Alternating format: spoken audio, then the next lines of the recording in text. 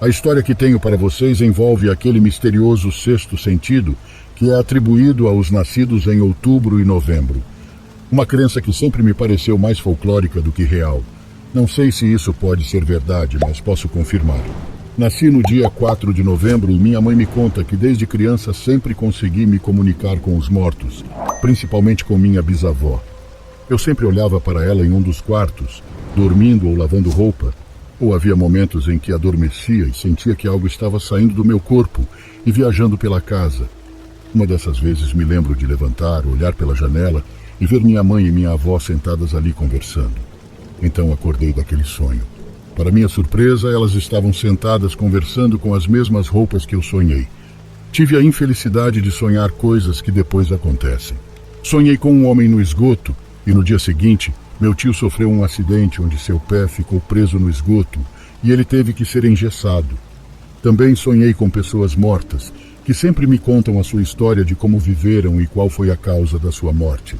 Além disso, meus sonhos me levaram a lugares que não conheço, mas quando viajo vejo fotos por aí e sei que são aqueles lugares com que tanto sonhei.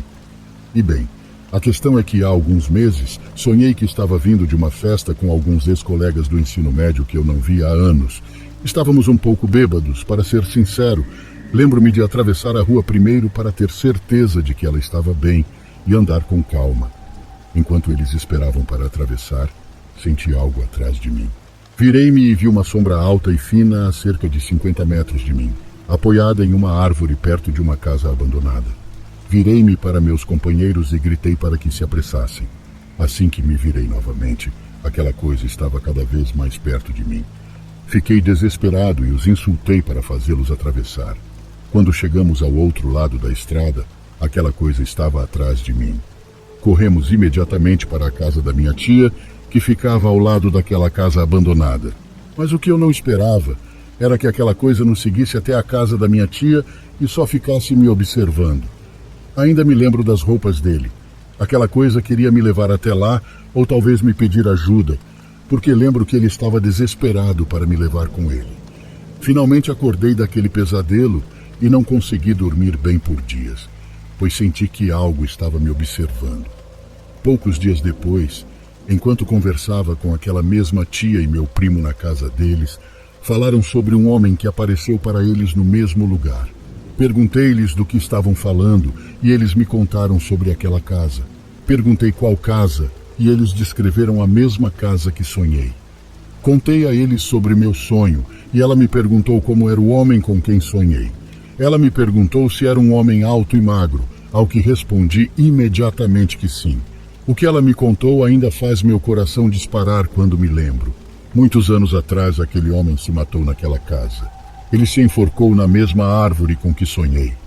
Infelizmente, sempre ouvi dizer que as pessoas que retiram sua própria vida nunca descansam em paz.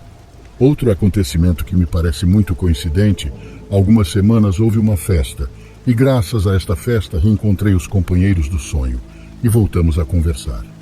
Nós três também ficamos bêbados. Não sei se é coincidência, ou se aquele sonho me contou algo sobre o meu futuro com eles, ou algo parecido. Honestamente, não sou uma pessoa religiosa, mas sou muito espiritual. Mesmo assim, procuro acender um ou outro incenso para minha proteção e para não me sentir vigiado. E eu limpo o meu quarto para não ficar pensando nisso.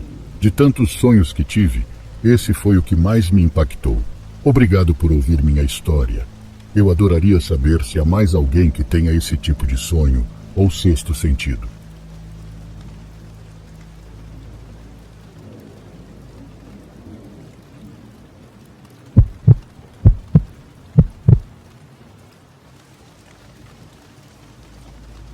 Esta história se passa nas terras rurais do sul dos Estados Unidos.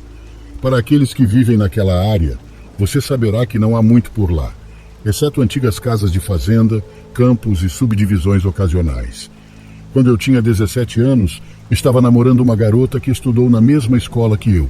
Sendo adolescentes, precisávamos de um lugar para ficar sozinhos e nada melhor do que o banco da frente da minha caminhonete. Muitas vezes era difícil encontrar um lugar para estacionar longe da estrada, longe o suficiente de todas as outras pessoas. Uma noite, quando o sol se preparava para se pôr, lembrei-me de uma velha casa abandonada com um longo caminho para carros e um celeiro. Ficava em uma velha estrada secundária sem outras casas. Eu já estive lá antes e explorei a propriedade. A casa estava abandonada há muito tempo e atualmente era usada para armazenar madeira. A casa não tinha mais portas ou janelas e o resto da propriedade também estava claramente em mau estado. Os outros edifícios não pareciam ser usados, então achei que essa propriedade seria um bom lugar. Dirigi minha caminhonete até a garagem. Estacionei minha caminhonete e levantei meu console central. Depois liguei o rádio. Enquanto minha namorada e eu conversávamos, ela parou de repente com os olhos grudados no espelho retrovisor. Não achei que alguém estaria lá, porque estava bastante confiante de que não havia ninguém por perto por quilômetros a fio. Mas quando olhei para trás pelo espelho retrovisor, vi uma caminhonete Ford muito batida que havia parado logo atrás da minha, sem que eu ao menos tivesse ouvido. De repente a porta se abriu e saiu um homem alto e de aparência suja, segurando o que parecia ser um rifle. Quando baixei a janela, o homem avançou em nossa direção, gritando todo tipo de obscenidades na lateral da minha caminhonete. Enquanto ele se aproximava, ouvi o som distinto de uma trava de segurança de um rifle, daqueles antigos. Eu congelei e parecia que o mundo parou ao meu redor. Eu nunca tinha sido mantido sob a mira de uma arma antes. Assim que o choque passou, levantei as mãos. Eu vi que o homem estava de olho em mim pela janela traseira da minha caminhonete. Olhei para minha namorada, que estava paralisada em estado de choque e encolhida na porta do passageiro. Eu queria estar com a pistola que havia deixado em casa naquele dia, mas por outro lado isso foi uma bênção disfarçada, já que este homem estranho estava sob a influência de alguma coisa. Tenho certeza de que ele, vendo minha pistola, o teria deixado ainda mais louco. Minhas mãos estavam levantadas e minha namorada tremia de medo. Eu finalmente consegui dizer alguma coisa. O que está acontecendo, senhor? O homem gritou comigo. Eu vou matar vocês. Vieram aqui destruir meu campo e atropelar minhas plantações. Ele claramente me confundiu com alguns dos pilotos da região que muitas vezes vagavam por propriedades privadas e destruíam o terreno. Olhando para o homem, porém, ele não se parecia com nenhum dos agricultores que eu conhecia na região. Tendo morado lá por 15 anos, eu conhecia todo mundo. Bem, esse suposto fazendeiro parecia ter 30 e poucos anos, e parecia mais com o que eu veria nos drogados vagando pelo centro da cidade. Eu disse ao homem que nunca tinha estado ali antes, e que também não era responsável pela destruição das suas colheitas. Eu estava tentando desesperadamente difundir a situação. Ele não queria ouvir nada disso e continuou a murmurar enquanto ainda me mantinha sob a mira de sua arma. Senhor, se eu tivesse visto uma placa de proibido entrar, não teria ousado pisar na propriedade, eu disse a ele. O homem saiu de trás da minha caminhonete até a janela aberta e gritou de novo. Ele disse que não acreditava em mim. Enquanto eu o estudava, ele continuou a segurar o rifle com ainda mais força e murmurou algo para si mesmo. Pedi mais desculpas e me ofereci para sair dali. Ele me mandou calar a boca e foi até o lado da minha namorada. Ele parou com o rosto no vidro e olhou para ela com um sorriso perturbador. Levantei um pouco minha janela e nisso ele voltou para meu lado. Ele sorriu para mim e disse: "Quero uma noite com a garota, aí vocês podem ir embora." Nesse momento senti uma raiva subir por todo o meu corpo, mas eu precisava sair de lá. Mandei minha namorada se abaixar e fiz a coisa mais idiota que poderia ter feito. Liguei a caminhonete e saí de lá o mais rápido que pude. O homem começou a atirar e os estilhaços de vidro voavam para dentro de minha camisa enquanto minha namorada gritava e chorava. Nunca voltei àquela casa abandonada. Olhando para trás, não tenho a menor ideia de como o homem sabia que estávamos lá, já que não éramos visíveis da estrada, nem fomos seguidos no caminho até lá. Pessoalmente, acho que ele era apenas um intrometido, pois eu conhecia os agricultores da região, e por estar em uma cidade pequena você conhece quase todo mundo. Eu nunca tinha visto esse homem antes desta experiência, nem o vi desde então. Eu certamente estava errado por estar em propriedade privada, eu acho. E já ouvi histórias de pessoas correndo enquanto balas voavam sobre suas cabeças. No entanto, nunca imaginei que iria acontecer comigo.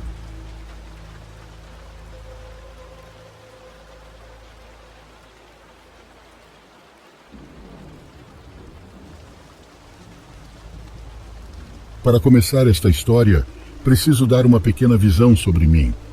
Sou uma mulher de 18 anos que cresceu em Michigan e mora no país desde que me lembro. Neste fim de semana quente de verão em particular, meus amigos e eu, incluindo meu namorado Tony e meu irmão mais velho, Brad, decidimos que iríamos acampar no fim de semana, pois era uma semana muito quente. Os pais de Tony eram donos de uma cabana em Ludington, cercada por uma enorme área arborizada com um lago pessoal e sem vizinhos por pelo menos 7 quilômetros. Sendo adolescentes estúpidos, tudo o que queríamos era festejar como qualquer adolescente normal. E depois de 2 horas lá, nossa diversão começou. Os amigos de Tony compraram toneladas de álcool para consumirmos no fim de semana, para não ficarmos entediados, pois tínhamos apenas filmes para assistir. Depois que chegou por volta da meia-noite, estava escuro como breu e fizemos uma enorme fogueira. Era um total de 6 pessoas, incluindo eu e Tony. E enquanto conversávamos e ríamos sobre os acontecimentos que estavam por vir em nossas vidas, estávamos tão distraídos que não percebemos que meu irmão havia literalmente congelado os olhos em uma parte da floresta. Veja bem, estávamos todos bastante embriagados e chapados na época. Por fim, nossa conversa cessou. Quando Tony percebeu que seu amigo e meu irmão estavam com uma expressão sem emoção, ele perguntou a Brad como ele estava, mas Brad não respondeu nem deu qualquer indicação de que o tinha ouvido. Depois disso, eu e minhas 2 amigas também começamos a ficar com medo. Demorou muito para meu irmão agir dessa maneira. Eventualmente, fui a primeira a perceber que ele estava olhando excessivamente para um determinado ponto na floresta e virei a cabeça e segui seu olhar o melhor que pude. Quando finalmente percebi o que ele estava olhando, vi que bem ali estava um cachorro. Pelo menos foi o que pensei. Era o cachorro de alguma pessoa que se afastou. Fiquei olhando para ele enquanto Tony ainda tentava fazer Brad falar ou até mesmo se mover em um só movimento. Foi quando essa coisa saiu das 4 patas e ficou em pé sobre 2. Quando isso aconteceu, ele ficou gigantesco. Tinha que ter pelo menos 2 metros de altura. Eu não estou brincando com você. As outras 2 meninas e o outro menino que estava conosco engasgaram quando finalmente entenderam por que meu irmão estava tão imóvel quanto um pedaço de madeira. Ninguém se moveu pelo que pareceram horas, mas provavelmente foram apenas alguns segundos. Tony foi o primeiro a falar, mas ninguém ouviu o que ele disse, exceto Brad. E juro quando digo que os olhos daquela coisa eram grandes, e isso me assustou de uma maneira anormal. "O que você disse?" uma das garotas perguntou. "Não tem cauda." Meu coração parou de bater. Ele estava certo, não tinha cauda. De repente, minha mente turva pelo álcool se dissipou em uma fração de segundo, quando finalmente percebi o que poderia ser aquela coisa. Agora eu entendia porque meu irmão estava basicamente paralisado. Aquilo não era um animal nem um humano. A coisa exalava um fedor terrível, como carne podre. Meu irmão, que foi o primeiro a se levantar da cadeira, começou a gritar palavras nativas para a criatura quando eu também disse para aquilo ir embora. Todos nós fugimos da cabana com meu irmão a reboque, gritando palavras nativas para a criatura que parecia mantê-la afastada. O amigo do meu namorado bateu e trancou a porta antes de apagar todas as luzes e pegar uma cinza do balcão da cozinha e começou a jogá-la em todas as janelas e portas enquanto cantava. É claro que ele assustou todo mundo e nesse momento eu já estava quase chorando. Depois que ele terminou, ninguém disse uma palavra por um longo tempo. Muitos de nós ficamos em choque. Meu namorado pegou uma pistola e ficou segurando-a por horas. Todos nós, 1 hora, adormecemos e estávamos todos muito abalados. Acordei com meu irmão arrumando todas as nossas coisas nos 2 carros de manhã cedo. Antes de nós sairmos, fiz uma bênção na cabana e falei algumas palavras calmantes para as meninas ainda muito assustadas. Saímos assim que tudo foi arrumado e até hoje ainda não voltamos para aquele lugar.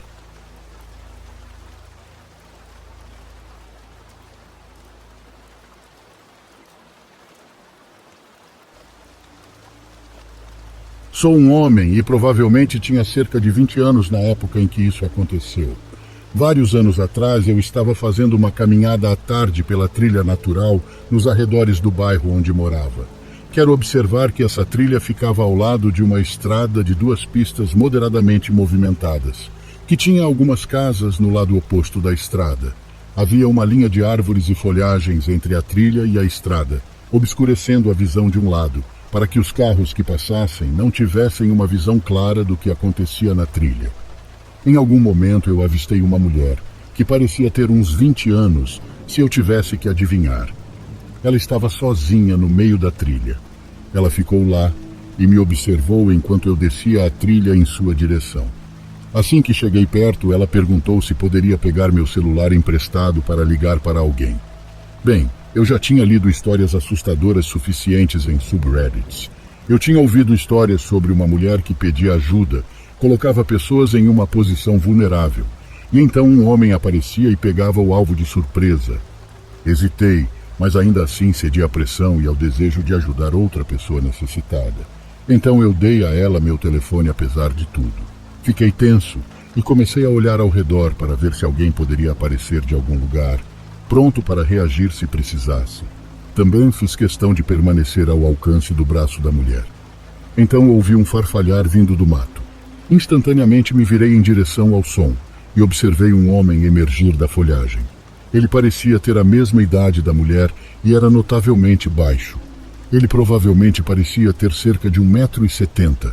Eu provavelmente estava olhando para ele com uma suspeita muito óbvia, enquanto ele se aproximava da mulher parada ao seu lado, sem dizer uma única palavra. A mulher então me devolveu meu telefone, dizendo que não atenderam. Eu apenas peguei meu telefone e saí. O que presumo que aconteceu é que eles estavam planejando me assaltar, mas acabaram desistindo por qualquer motivo. Talvez seja porque eu estava visivelmente nervoso e eles perceberam que não valia a pena tentar me derrubar. Talvez o cara tenha percebido que havia muita diferença de tamanho entre nós, ou talvez ele já tivesse colocado seu plano em ação, feito barulho demais e depois desistido.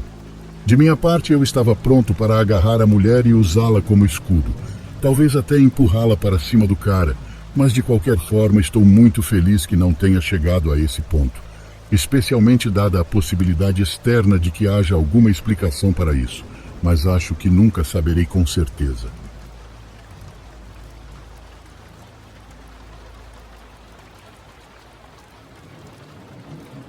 Trabalhei em uma grande casa de repouso por alguns anos.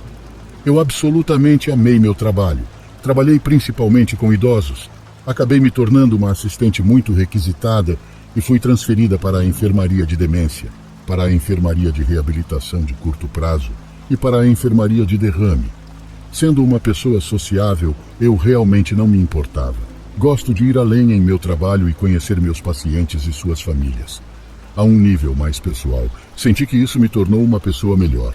Não era incomum eu ser designada para cuidar dos pacientes mais difíceis, porque normalmente conseguia lidar com eles sem muitos problemas. Então, era um dia normal. Minha responsável mencionou que receberíamos algumas novas internações, e eu não pensei muito nisso, pois era algo comum. Tudo correu normalmente e nós os acomodamos em seus quartos. Mas havia um paciente em especial que estava sendo difícil, e tentou fugir algumas vezes. Naquele dia, acabamos precisando movê-lo para a unidade segura. Eu podia ouvi-lo gritando e xingando todo mundo, dizendo que eram todos idiotas e que era desnecessário fazer tudo aquilo. Algumas enfermeiras sugeriram que eu tentasse acalmá-lo, então é claro que disse que sim. Abri um sorriso e comecei a perguntar qual era exatamente o problema. Ele imediatamente pareceu gostar de mim e se acalmou. Ele me disse que ninguém ali sabia fazer seu trabalho e que ele queria um pouco de comida, somente isso. Eu disse a ele que o jantar seria servido em breve e que eu levaria a bandeja para ele. Ele cooperou com todos enquanto eu estive por perto, tomou os remédios, tomou banho, se acomodou na cama sem problemas. Porém, assim que meu turno terminou, ele imediatamente começou a agir daquela maneira rude de novo e acabou precisando de supervisão individual. Diferentes membros da equipe se revezavam para monitorá-lo e, eventualmente, eu também o fiz. Nos meus turnos, pegava um sorvete para ele aqui e ali e assistíamos um pouco de TV. Ele me contou um pouco sobre sua vida e perguntou sobre a minha também, principalmente se eu gostava do que fazia e por que nunca tinha trabalhado na unidade de segurança. Eu disse a ele que geralmente tinha meu próprio grupo de pacientes, dos quais precisava cuidar, mas que faria um esforço para aparecer e vê-lo quando pudesse. No início, o restante da equipe achou ótimo. Eles me chamariam se ele começasse a agir de forma agressiva e tudo ficaria bem. Mas então ele começou a ficar um pouco apegado demais. Ele começou a dizer que não faria nada a menos que eu estivesse lá o tempo todo, o que, claro, eu não poderia estar. pois era necessário eu estar em outro lugar. Enquanto eu flutuava para diferentes enfermarias, muitas vezes a unidade segura era uma das onde eu passava menos tempo. Posteriormente, ele começou a ficar muito bravo, dizendo que eu precisava fazer mais esforço para vê-lo e que não estava tentando o bastante. Tentei explicar a ele que tecnicamente ele nem era meu paciente e que eu não poderia passar todo o meu turno de trabalho apenas com ele. Foi aí que as coisas começaram a ficar muito ruins. Ele começou a atacar mais as outras funcionárias e gritava com todos. Ele estava se tornando violento não apenas com a equipe, mas também com outros pacientes. Ele era um verdadeiro risco.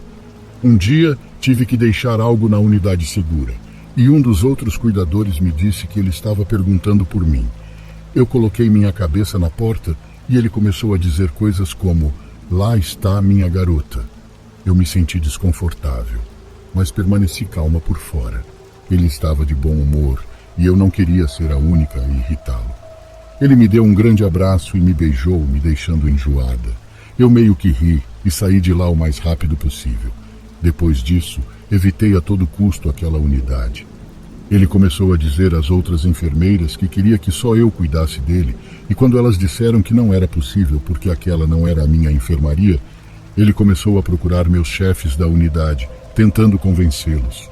Felizmente, meus chefes me apoiaram e disseram que não havia como eu ser designada para lá devido à minha alta demanda em outras áreas. Ele não gostou de ouvir isso e somente ativou sua raiva. Ele começou a ameaçar todo mundo, dizendo que iria matar eles, e isso não era tudo. Meu chefe me chamou ao escritório assim que entrei no trabalho no dia seguinte e explicou que eu não tinha mais permissão para chegar perto daquela ala e era para evitar qualquer contato com aquele cara. Bem, eu certamente não tive nenhum problema com isso. Continuei meu dia. Ele começava a bater em todas as portas, exigindo sair e dizendo que precisava me ver.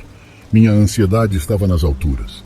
Até gritei algumas vezes porque não queria estar perto dele. A instalação estava trabalhando rápido para tirá-lo de lá, porque eles tinham motivos para acreditar que eu poderia estar em perigo devido ao seu comportamento violento cada vez maior. Além de tudo isso, não ajudou o fato de alguns dos outros membros da equipe estarem sussurrando pelas minhas costas, dizendo que eu estava sempre flertando com ele, fora outras coisas nojentas que disseram de mim. Por fim, eles conseguiram a alta e senti um peso enorme sendo tirado de meus ombros. Além das pessoas que ainda falavam de mim pelas minhas costas, é claro, senti que poderia voltar a fazer meu trabalho direito como sempre. Não deixei que a experiência mudasse a maneira como tratava o resto dos meus pacientes, de braços abertos e coração aberto. As coisas começaram a voltar ao normal, ou assim pensei. Em um dos meus dias de folga, recebi uma ligação da minha colega de trabalho. Ela me disse que aquele cara havia ligado para a instalação perguntando especificamente por mim. Ela disse a ele que eu não iria trabalhar naquele dia, e ele tentou saber minha agenda. Ela me disse que já havia informado nosso superior, e que eu deveria ir até o chefe da unidade. Quando voltei ao trabalho no dia seguinte, foi o que fiz. Expressei meus sentimentos e disse a eles que fiquei nervosa por ele ter me procurado. Me disseram que não foi apenas uma vez. Eles estavam recebendo telefonemas dele sem parar, perguntando quando eu chegaria e que se não lhe contassem minha agenda, ele mesmo iria até lá e descobriria, ou mataria alguém até saber. De uma forma ou de outra, tínhamos que traçar um plano de ação caso ele aparecesse. Sugeriram que eu mudasse para um turno diferente porque ele sabia que eu trabalhava no meio da tarde e à noite. Eu não tinha permissão para ir a lugar nenhum sozinha e tive que ser pega e deixada no trabalho. As ligações continuaram e finalmente eles tiveram que ameaçar com uma ação legal. Eles tiveram uma grande reunião com toda a equipe da instalação. Eu me senti humilhada, sabendo que todos os comentários sarcásticos e nojentos voltariam, mas felizmente recebi mais apoio do que ódio. As ligações começaram a diminuir e meus verdadeiros amigos do trabalho me defenderam quando eu não estava lá para me defender. Comecei a voltar à minha rotina mais uma vez e comecei a me sentir como sempre, alegre.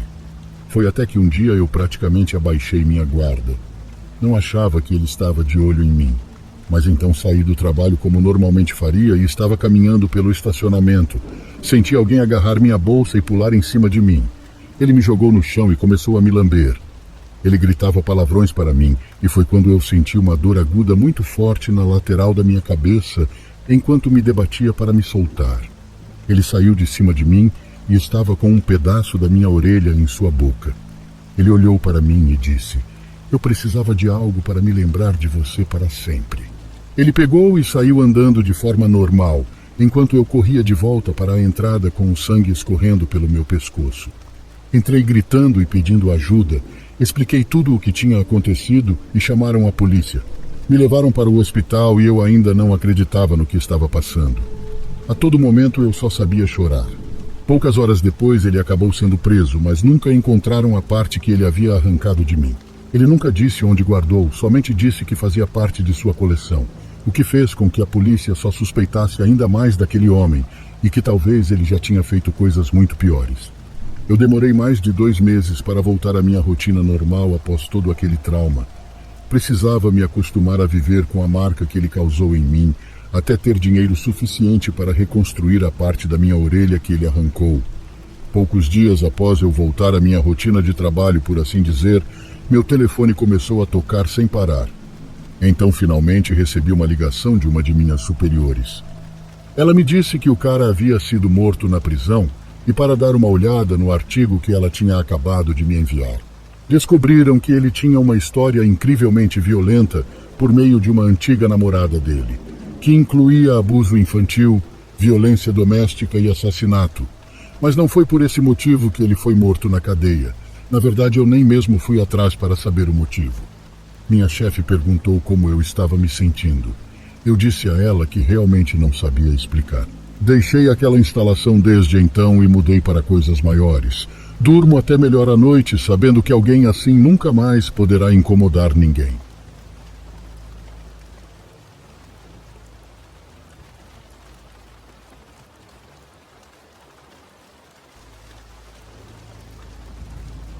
Na minha família, guardamos um segredo terrível, que irei revelar de forma anônima para meio que desabafar e instruir as pessoas a não confiar em ninguém.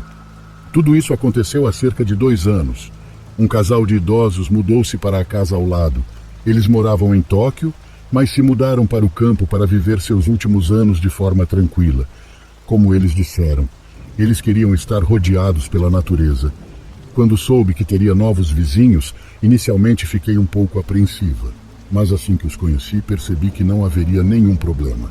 A verdade é que ninguém gosta de vizinhos, e nós tivemos alguns bem ruins durante nossa vida. O marido do casal passeava regularmente pela vizinhança. Eu o veria com frequência. A esposa também vinha de vez em quando com alguma comida. Ela sempre dizia: "Cozinhei demais e não queremos jogar fora." Era basicamente um gesto simpático e de boa vizinhança comum onde eu moro. Os temperos que ela usava davam um cheiro tão bom. Tudo o que ela fazia era delicioso. Meu marido e meus 2 filhos costumavam perguntar na hora do jantar se havia algum acompanhamento dos vizinhos.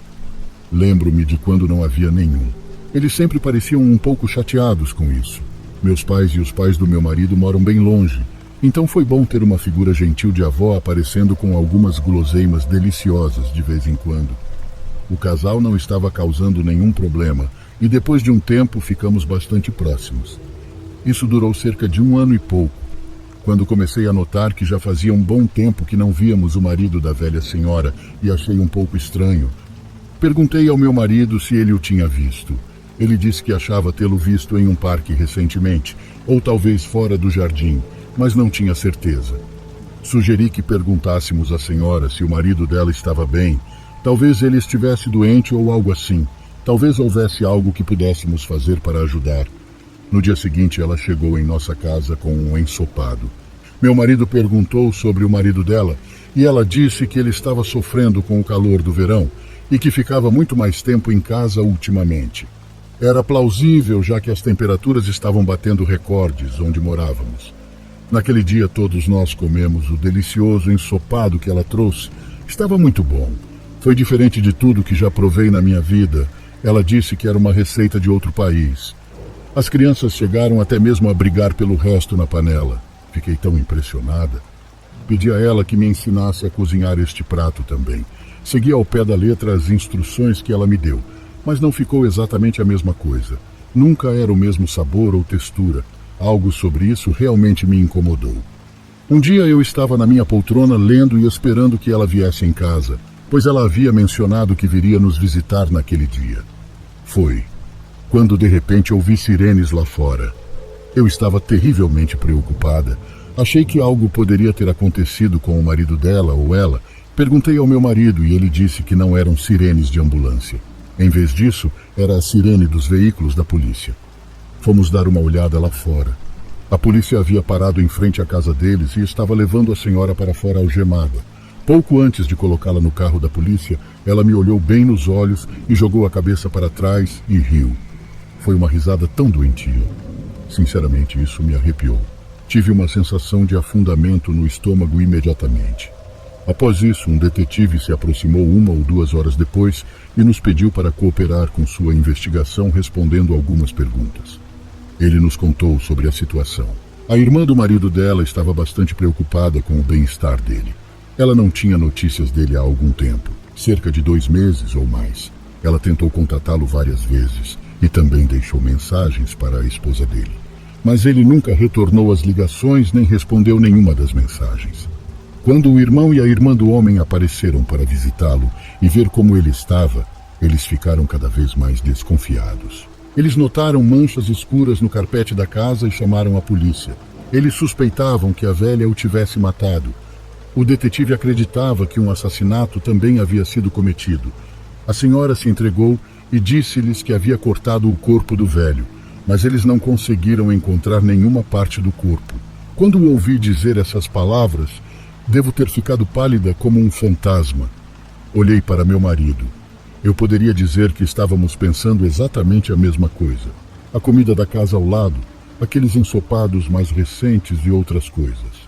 Naquela noite, eu e meu marido chegamos a passar mal e não dormimos por dias. Perguntei-lhe o que deveríamos fazer com esta situação. Ele disse que não havia nada que pudéssemos fazer. Decidimos ficar em silêncio porque não queríamos nos incriminar. Você tem que entender, na sociedade japonesa, como seria vista a nossa família se disséssemos a verdade, que nos livramos dos restos mortais do nosso bondoso vizinho comendo-o, mesmo que não tenha sido intencional. Pode ser muito difícil para você entender, mas é simplesmente assim que acontece por aqui. O que escolhemos fazer foi manter isso em segredo. A velha senhora seria presa de qualquer maneira.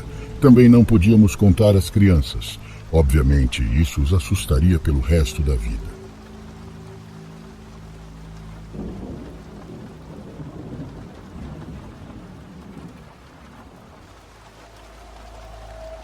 Lembro-me de que era uma noite meio fria de outubro. O dia tinha sido bastante longo e eu estava exausto de uma viagem de trabalho que me obrigou a dirigir por horas.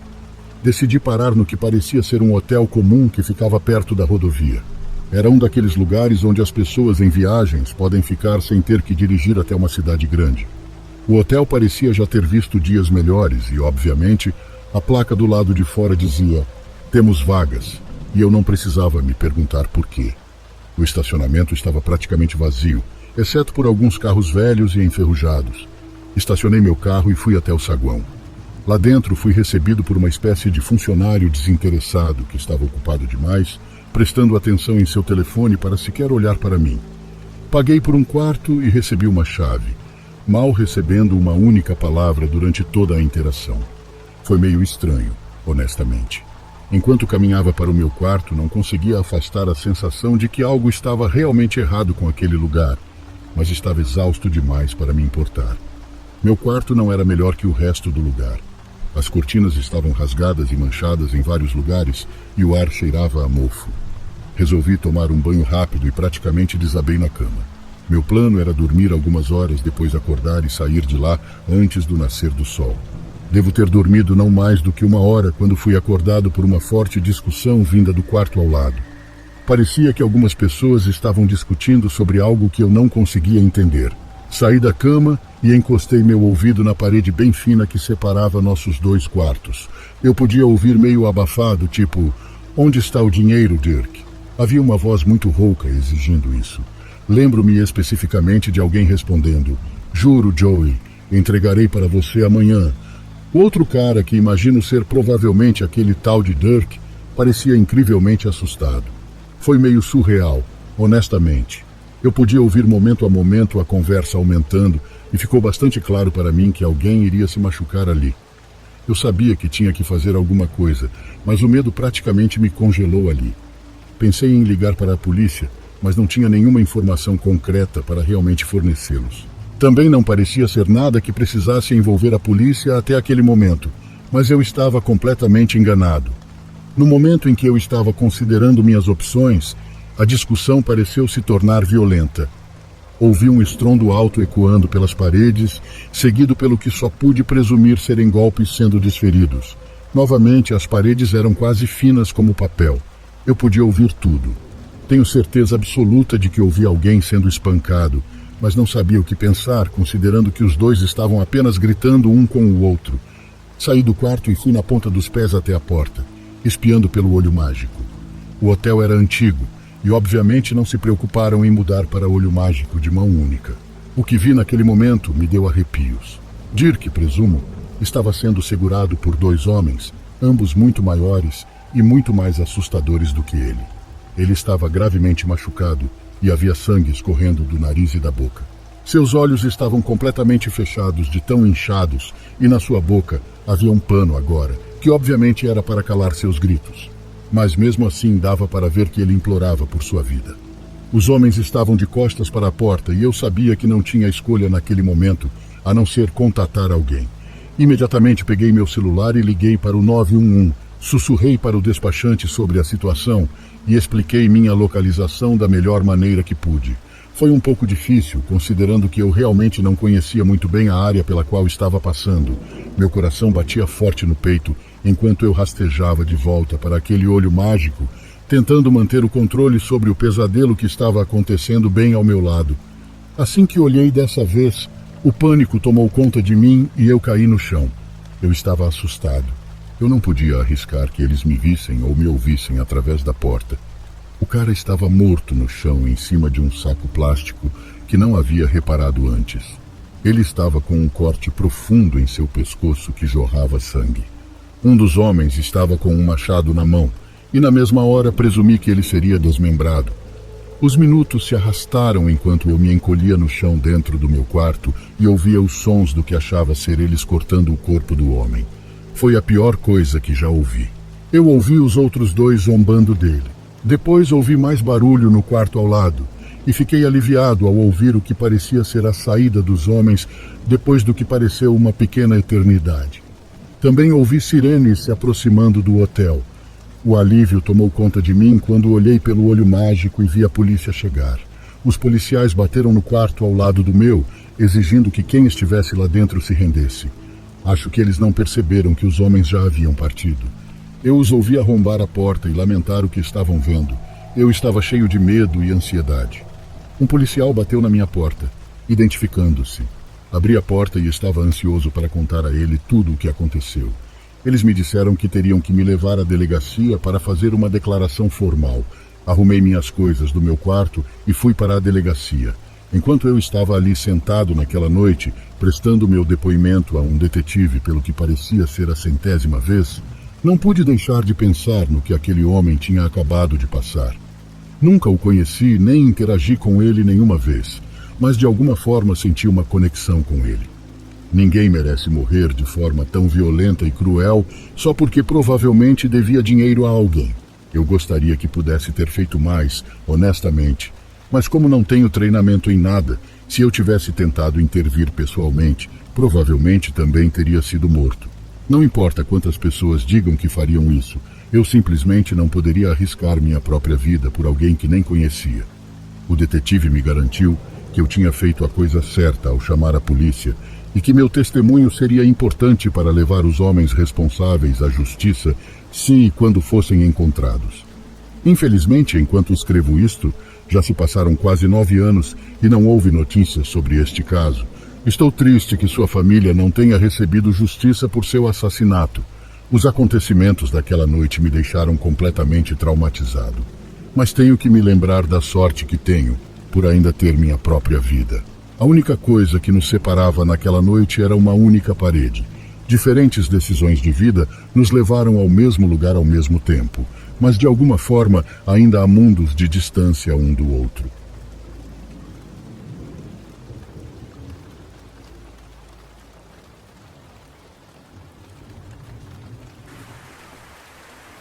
Essa foi uma experiência que tive junto com minha melhor amiga no ensino médio.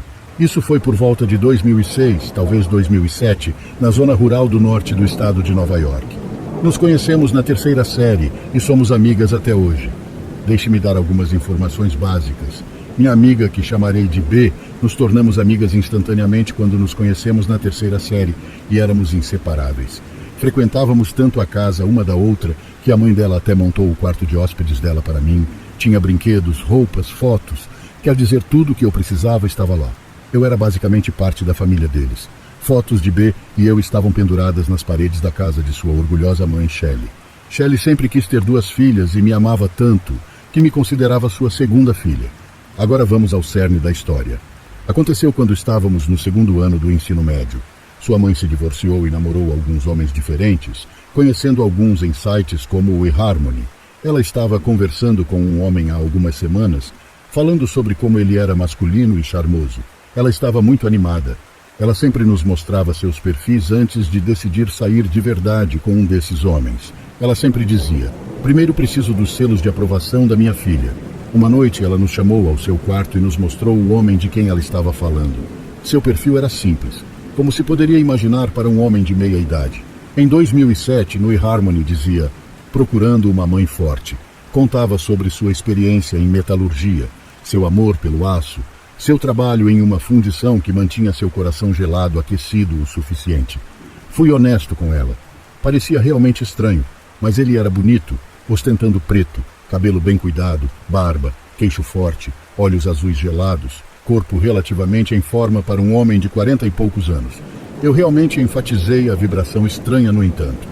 B brincou sobre como Shelley sempre escolhia os antissociais, e nós rimos, sabendo que isso não era exatamente errado. Shelley trouxe algumas histórias estranhas para casa, mas sério, o que você pode esperar ao conhecer caras online? Nós dissemos a ela: por que não ir em frente? Então eles planejaram um jantar. Foi uma tarefa difícil para ele, cerca de 2 horas de carro ou mais. Ele estava dirigindo até nossa localização, onde eles levariam um carro juntos para a cidade. B e eu ajudamos Shelley a escolher sua roupa, ajudamos com o cabelo e a maquiagem e depois voltamos para cima para que ela pudesse ter algum tempo para si mesma antes da longa noite. Subimos para onde B e eu estávamos pintando uma parede, ouvindo música. O homem simplesmente entrou em casa quando chegou, como se não fosse grande coisa, e subiu as escadas sem dizer uma única palavra, sem bater, sem campainha. Os cães não latiam. Nada. Obviamente ficamos assustadas. Nós pulamos e gritamos quando ouvimos um cara aleatório começar a falar atrás de nós. Não sabíamos há quanto tempo ele estava ali nos observando. Não sabemos quanto tempo ele ficou atrás de nós sem falar, mas quando ele falou, nós trememos. Bem, eu não sabia que estava conseguindo um acordo de 2 por 1, disse ele em voz grave e baixa. Ele riu enquanto estávamos ali em estado de choque. Ele caminhou até nós. O cheiro de cigarro encheu a sala. Naquele momento percebi o quanto esse cara se parecia com as fotos que Shelley nos mostrou, exceto que ele tinha mais cabelo grisalho e não preto. E seus olhos também não eram azuis como o gelo. Eles eram pretos. Fui interrompida pelos gritos de Shelley. Quem se machucou? Ela deve ter pensado que estávamos brincando, que um de nós estava ferido. Isso era normal para nós porque brincávamos bastante. Ela ficou chocada ao ver esse homem. Ele se virou assim que ela chegou ao topo da escada e estendeu os braços. Shelley, você está linda. Bati e ninguém atendeu. Espero que esteja tudo bem. Eu entrei. Essas são suas filhas. Elas são lindas. Nós 2 podíamos sentir o ar na sala. Shelley desviou o olhar dele e olhou para nós, que estávamos atrás dele, olhando para ela com os olhos arregalados e ambas balançando a cabeça em descrença. Shelley olhou para ele. Essa troca durou apenas alguns segundos, mas pareceu uma eternidade. Ela forçou um sorriso. Oh, me desculpe. Da próxima vez é só tocar a campainha e eu abro a porta. Ele assentiu e caminhou em direção a ela com os braços abertos e a abraçou como se fossem amigos mais antigos. Ela olhou para nós enquanto eles se abraçavam e revirou os olhos para nos mostrar o que ela achava da desculpa dele. Ela começou a dizer a ele que não era apropriado. Enquanto ela o conduzia a escada abaixo, ouvimos ele se desculpando repetidas vezes. Bey e eu imediatamente corremos para nossos telefones e concordamos em enviar uma mensagem para a mãe dela sobre o que ele acabou de nos dizer, para que pudéssemos contar a ela sem que ele soubesse. Apertamos enviar. Cerca de 10 minutos depois, ouvimos passos subindo as escadas. Era Shelley e ela fechou a porta atrás dela. Ela nos perguntou se estávamos bem. Ela nos explicou que ele disse que o lembrávamos de suas garotas e que não queria nos assustar. Nós assentimos e ela disse que eles estavam saindo para o encontro. Nós abraçamos, dissemos para ficar bem e que a veríamos em breve. Enquanto ela descia as escadas, Bey e eu nos entreolhamos. Nós dois sabíamos que algo não estava certo, mas ficamos sem palavras pelo susto que recebemos desse homem. Cerca de 15 minutos. Nós os ouvimos andando, conversando, indo em direção à porta da frente. Poucos minutos depois, Shelley gritou lá em cima que nos amava. Gritamos de volta que a amávamos e a porta se fechou. Imediatamente começamos a conversar uma com a outra, dizendo as mesmas coisas. Você viu os olhos dele? O que diabos havia de errado com ele? Ele se parece muito com o cara das fotos, mas não exatamente. Ambos concordamos em nossos sentimentos em relação a esse estranho. Seu cheiro, seu comportamento, sua voz. Ele era muito suspeito. Concordamos em enviar uma mensagem para Shelley sobre como nos sentíamos. Ela nos agradeceu e disse que parecia estar indo bem e que nos avisaria que estava segura a cada hora. Shelley não pareceu se importar nem um pouco. Foi como um feitiço estranho que ele lançou sobre ela. Queríamos o melhor para Shelley, pois ela estava animada com esse cara. Ela nos mandava mensagens de hora em hora até chegar em casa como prometido. Sua última mensagem dizia: estou oficialmente assustada e voltando para casa agora. Eu estarei em casa em breve. Nós surtamos e andamos de um lado para o outro até vermos faróis parando na garagem. Já se passaram cerca de 5 horas desde que ela saiu e mais de 1 hora desde a última mensagem.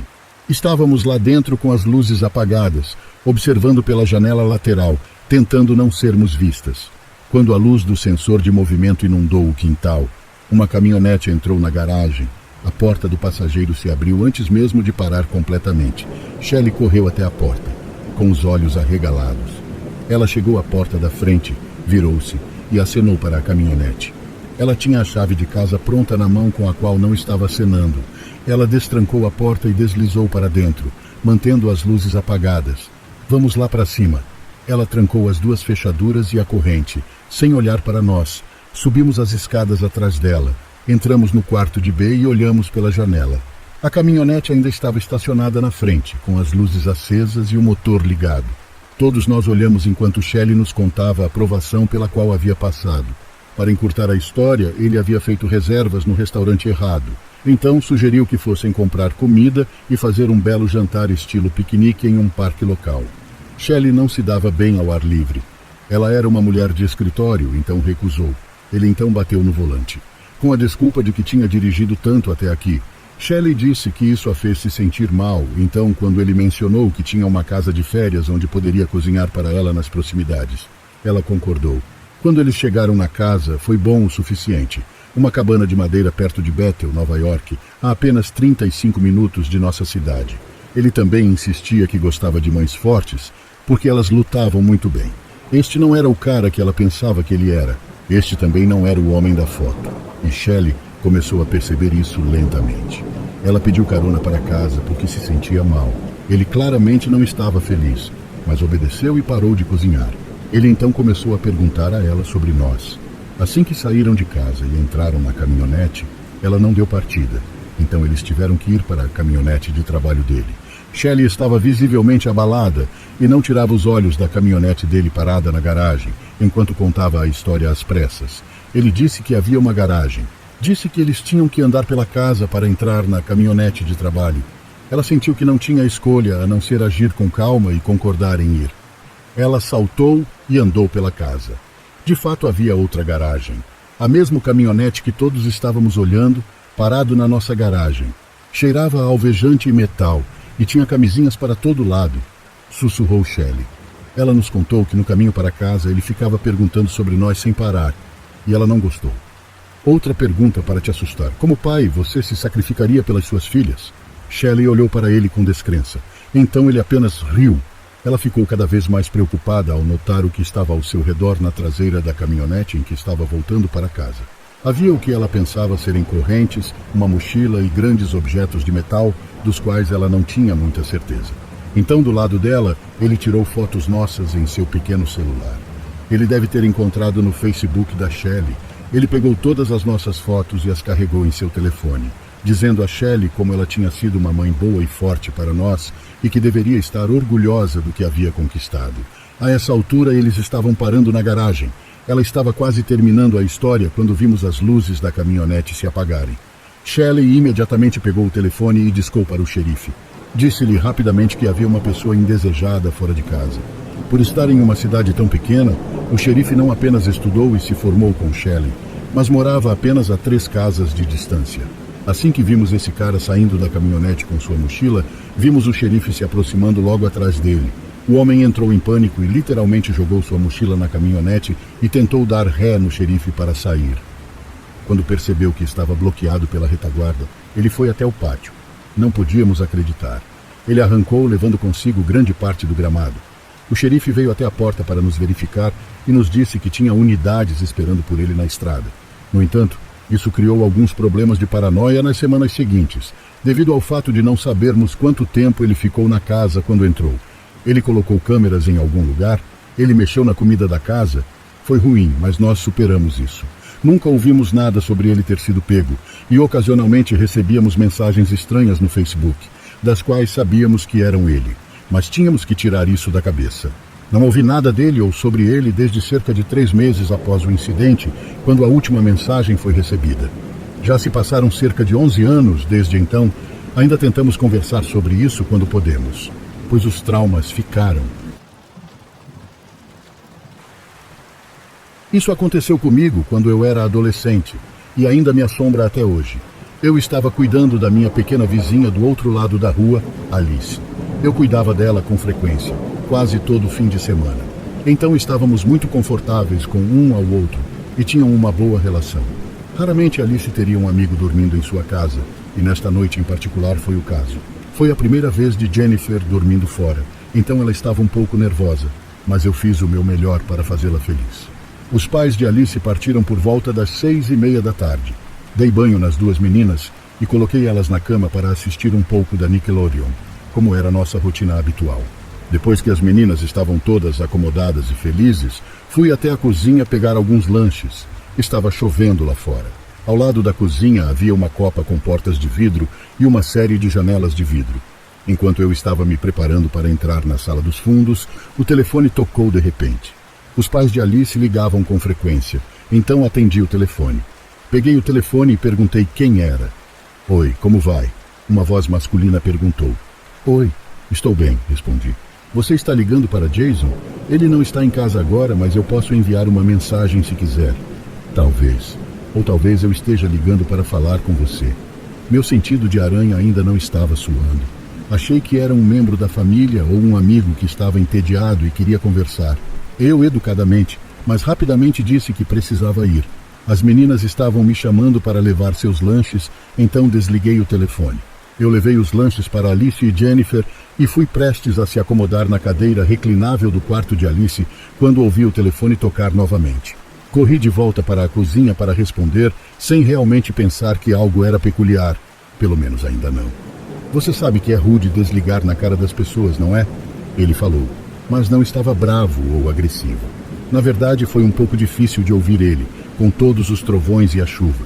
Ambas as meninas estavam me chamando para voltar porque elas estavam ficando com medo de todos os trovões. Desculpe, tenho que voltar para as meninas. Tenha uma boa noite, eu disse. Eu o ouvi dizer alguma coisa, mas desliguei antes que eu pudesse ouvir o que ele disse. O telefone tocou novamente e imediatamente. Não desligue na minha cara, ele disse com raiva na voz. Desliguei imediatamente. Eu estava ficando nervosa neste momento. Voltei para a sala com as meninas e o telefone começou a tocar novamente. Nesse ponto, Alice estava me pedindo para não deixá-la sozinha novamente, então não atendi.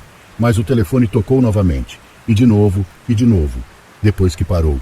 10 minutos se passaram sem outra ligação. O telefone começou a tocar mais uma vez. Já fazia algum tempo que pensei talvez ser realmente os pais de Alice. Então eu me afastei das meninas para ir atender o telefone. Sua puta estúpida! Não desligue na minha cara, ele gritou. Me deixe em paz. Se você ligar de novo, eu chamo a polícia, seu psicopata. Eu gritei de volta. Desliguei o telefone e me virei.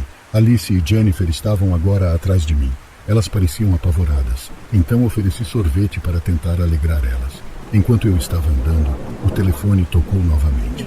Alice respondeu desta vez. Eu não sei o que ele estava dizendo, mas ouvi gritos e Alice parecia absolutamente aterrorizada. Peguei o telefone e estava prestes a desencadear o inferno sobre esse cara quando ele disse: "Essa é uma linda camisa rosa que você está vestindo."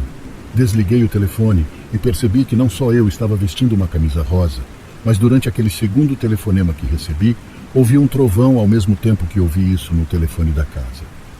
Eu era uma adolescente naquela época, pensando que era invencível e tendo nenhum conceito de minha própria mortalidade. Um maior senso de consciência entrou em ação e guiou minhas próximas ações. Apertei o interruptor da luz da cozinha, agarrei as duas meninas e seu cachorro, Alex. Empurrei todos nós para a despensa. A porta da despensa abria para dentro, então coloquei um saco gigante de arroz encostado na porta. Eu estava de costas contra a prateleira, meus pés empurrando o arroz para ajudar a proteger a porta. Eu tinha uma garota em cada braço.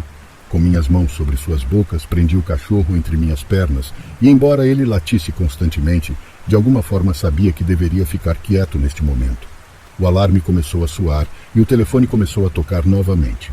Todos nós estávamos tremendo, mas eu estava determinada a não chorar na frente das meninas. Entre o alarme e a trovoada, não consegui ouvir muito. Depois do que pareceu 1 hora, ouvi uma voz feminina chamando e perguntando se havia alguém na casa. Ela estava na frente da despensa e anunciou que era uma policial e era seguro sair. Ela claramente sabia que eu não iria apenas acreditar em sua palavra. No entanto, ela deslizou o distintivo por baixo da porta. Me afastei um pé do saco de arroz e jogou seu distintivo em minha direção. A polícia tinha acendido as luzes, então consegui ver que realmente era um distintivo. Eu cautelosamente fiz meu caminho para fora na despensa, protegendo as meninas atrás de mim. A oficial feminina, oficial Wesley, não parecia alarmada. Eu sei que é assustador quando o alarme tocar, mas da próxima vez você não precisa se esconder. Mandar policiais para uma casa não é brincadeira, você sabe. Você precisava atender o telefone para sabermos o que está acontecendo, ela me disse. Olhei para ela incrédula. Nós não disparamos o alarme, eu disse gaguejando e começando a chorar. Não abrimos nenhuma porta. Ela olhou para mim confusa e então disse: "Quem fez essas pegadas?" Da porta dos fundos até a porta de vidro deslizante no canto da cozinha para a despensa, havia um conjunto de pegadas enlameadas. Na frente da despensa havia um enorme conjunto delas, como se alguém tivesse andado para trás e adiante da porta por um tempo. As pegadas saíram pela porta da frente, que ainda estava aberta quando a polícia chegou. Eu estava histérica. A polícia chamou Jason e Janelle, os pais de Alice, para vir do restaurante em que estavam para casa. O parceiro da policial Wesley informou a ela que a porta no canto havia sido arrombada. Olhei para o deck da piscina e pude ver onde o rastro de pegadas começou da grama para dentro de casa. Eles tinham sido, em sua maioria, dissolvidos naquele ponto por causa da chuva, mas foi muito claro que alguém havia andado pelo lado da casa em direção à porta de vidro. Esperamos que os pais dela voltassem para casa antes de eu partir. Quando a polícia relatou os acontecimentos, eu lembro de ter pensado de passagem que nenhum dos pais de Alice pareciam tão aterrorizados quanto eu pensava que eles deveriam ter ficado, dados os acontecimentos da noite. A polícia me acompanhou até em casa e contou para meus pais o que aconteceu. Minha mãe e meu pai ficaram muito chateados. Obviamente, alguns policiais extras patrulharam a vizinhança por algumas semanas, mas eles nunca pegaram o perturbador nem fui ouvida novamente. Também nunca mais fui babá de Alice. Eu estava com muito medo. Alguns anos depois, Jason, o pai de Alice, foi para a prisão por evasão fiscal, ou pelo menos foi o que nos disseram. Anos mais tarde, quando estava visitando minha casa, encontrei Jason quando ele estava saindo de casa em sua motocicleta. Ele parou para conversar comigo e eu perguntei a ele a pergunta incômoda que eu tinha há anos. Você realmente foi preso por evasão fiscal? Agora, neste ponto, Jason e Janelle estavam divorciados há algum tempo. Ela o deixou para ficar com o marido da irmã, que era falecida recentemente. Ele me disse que isso não era verdade. Ele foi enviado para a prisão por tráfico de drogas. Ele me presenteou com a história de como ele foi pego em uma perseguição em alta velocidade e se gabou sobre isso. Foi quando conheci a pessoa que estava ligando naquela noite. Ela estava tentando impor algum tipo de punição a Jason. Talvez ele fosse um traficante rival, ou talvez Jason trabalhasse para ele e o irritou ou algo assim. Mas é por isso que Jason e Janelle não pareciam tão alarmados quanto deveriam. Pela graça de Deus e um alarme de sistema, não fomos mortos naquela noite. Mas eu sabia que era Jason que nos levou aos acontecimentos daquela noite. Eu sabia disso em meu íntimo. Isso aconteceu comigo em 2014. Estava voltando de viagem sozinha. Na época eu tinha 18 anos. Na estrada já era meia-noite em ponto. O céu estava escuro, não tinha nenhuma lua e nem estrela, apenas um breu. Estava formando chuva, era pura escuridão. Após passar por um trevo, vi de longe uma menina caminhando na beira da estrada. Ela caminhava do outro lado da estrada, indo na mesma direção que eu. Na hora pensei, essa menina é muito corajosa ou louca para estar caminhando por aqui sozinha, e essa hora... Logo em seguida, esses pensamentos saíram da minha cabeça, quando raciocinei que já eram meia-noite e não tinha nenhuma cidade ali perto, e que não era possível enxergar nada naquela escuridão. Observei melhor a menina, e ela aparentava ter 15 anos. Ela andava de cabeça baixa, estava de camiseta branca, short vermelho curto, de chinelo, e o cabelo dela estava preso em um rabo de cavalo. Logo em seguida surgiu um caminhão vindo do sentido oposto. Em alta velocidade, ele passou quase em cima dela, e ela continuou do mesmo jeito, andando de cabeça baixa. Fiquei preocupada com a menina. Quando fui me aproximando mais dela, vi que tinha um menino de uns 5 anos segurando a mão dela e andando com ela. Foi como se ele tivesse aparecido do nada, pois no primeiro momento eu não vi ele. Eu não vi o rosto da menina, pois ela não olhava para o lado, somente para baixo. Logo à frente tinha uma curva, e de onde eu estava podia ver luzes como se fosse de polícia ou ambulância, como se estivesse ali depois da curva. Imaginei que a menina tinha ido fazer xixi e que possivelmente tivesse acontecido algum acidente e que a polícia já havia chegado no local. Quando fiz a curva, para minha surpresa, não havia nada lá. As luzes simplesmente sumiram. Não pensei em nada. Só fiquei confusa. Chegando em casa, comentei com minha mãe. Minha irmã falou que naquela curva havia ocorrido um acidente com um ônibus escolar, que estava voltando de um passeio com alunos, e todos acabaram falecendo. Tem muitas pessoas que veem coisas naquela curva a partir das 9 da noite. Ela contou mais 2 relatos. Um foi da professora dela e outro de um amigo. Isso aconteceu comigo há alguns anos, quando eu tinha 17. Assustador e meio que hilário na mesma história. Era tarde da noite de uma quinta-feira, bem depois da meia-noite. Eu estava terminando uma tarefa. Eu estava alternando entre minha tarefa e conversando com alguns amigos no MSN Messenger. Ouvi alguém lá fora conversando com nossos cães como se os conhecessem. Tínhamos um Border Collie e um cão pastor, ambos super protetores. Pensei comigo mesmo, quem seria esse que viria à minha casa às meia-noite? Minha ficha caiu. Rapidamente enviei uma mensagem para o amigo com quem estava conversando, dizendo: acho que alguém está tentando entrar na minha casa. Eu moro em uma cidade pequena e a casa onde isso aconteceu ficava no topo de uma colina ridiculamente íngreme. Nunca tivemos tráfego de pedestres por causa de como era horrível caminhar até nossa casa. Nunca trancamos a porta dos fundos por causa disso. E no verão até a deixamos aberta para pegar a brisa. Com os 2 cachorros, ninguém estava realmente disposto a tentar entrar de qualquer maneira. Então enviei a mensagem quando ouvi o rangido familiar do portão se abrindo e o clique dele fechando. Passos estavam entrando pela lavanderia. Meu sangue gelou. Eu estava preso na minha cadeira tentando descobrir quem eu estava prestes a encontrar ali. Os passos se aproximaram quando um homem muito grande que eu nunca tinha visto antes caiu contra o batente da porta. Ele parecia estar bêbado, mas eu não sabia dizer. Quem diabos é você? Eu deixei escapar para ele. Ele começou a usar os móveis para se aproximar de mim, pois não estava muito firme. Como diabos ele conseguiu subir a colina e subir as escadas de concreto daquele jeito está além da minha compreensão. O que você está fazendo na minha casa? Eu perguntei a ele, tentando não entrar em pânico. Felizmente, a mobília termina antes que ele possa chegar até mim. Ele caminhou para trás e sentou-se no sofá. Ele começou a murmurar sem parar: só vou sentar aqui. Eu estava tentando descobrir o que fazer a seguir. O telefone não estava perto de mim. Meus pais estavam dormindo no fim do corredor. Minha irmã mais nova estava no quarto dormindo. Eu não estava exatamente disposto a virar as costas para ele e mandar uma mensagem para meu amigo novamente. Eu estava vestida apenas com minha calcinha e uma regata. Me levantei. Ele começou a se aproximar. Saí correndo pela cozinha, pelo corredor, e me joguei em cima do meu pai, gritando sobre um bêbado na casa. Acho que nunca corri tão rápido ou gritei tão alto. Meus pais registraram o que estava acontecendo. Meu pai se levantou e o homem já estava na metade do corredor, claramente tentando me seguir. Meu pai é um homem muito alto. Por alguma razão, ele tinha uma tendência a pintar o cabelo, o bigode e o peito de roxo. Ele também estava dormindo apenas de cueca. Esse cara assustador e um tanto bêbado agora viu um homem roxo alto, zangado, peludo e quase nu, gritando para ele sair de casa. Acho que isso o assustou muito, porque ele saiu correndo de casa e desceu a colina, tropeçando durante todo o caminho. Minha mãe estava ao telefone com a polícia e nossos vizinhos ouviram meu pai gritando. Então também chamaram a polícia. Minha melhor amiga morava na casa ao lado e ela saiu e me confortou. O pai dela aproximou-se, sentou-se no jardim da frente até a polícia aparecer. 4 carros de polícia chegaram. Eles finalmente pegaram o homem. Ele foi acusado de estar bêbado e invadir uma residência. Encontrei meu amigo, para quem havia mandado uma mensagem no dia seguinte, e expliquei tudo para ele. Ele pensou que eu estava brincando. É bom saber que, se houver uma próxima vez, ele não deverá ser minha primeira escolha para pedir ajuda. E se ele tivesse me segurado? É terrível pensar nisso. Tenho medo de gente alcoolizada até hoje.